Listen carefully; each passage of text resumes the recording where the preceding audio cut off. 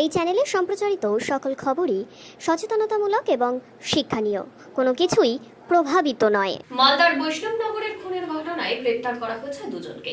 এই গ্রেপ্তারিতে পুলিশের যে অসামান্য অবদান তা কিন্তু অবশ্যই প্রশংসনীয়।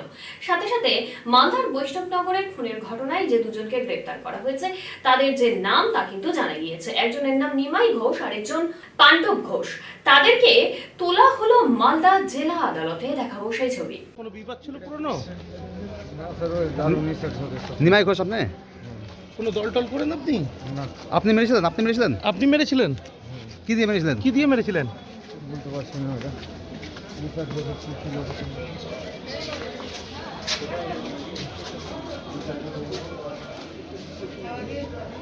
কোটা আছে খানা খেয়ে নিয়ে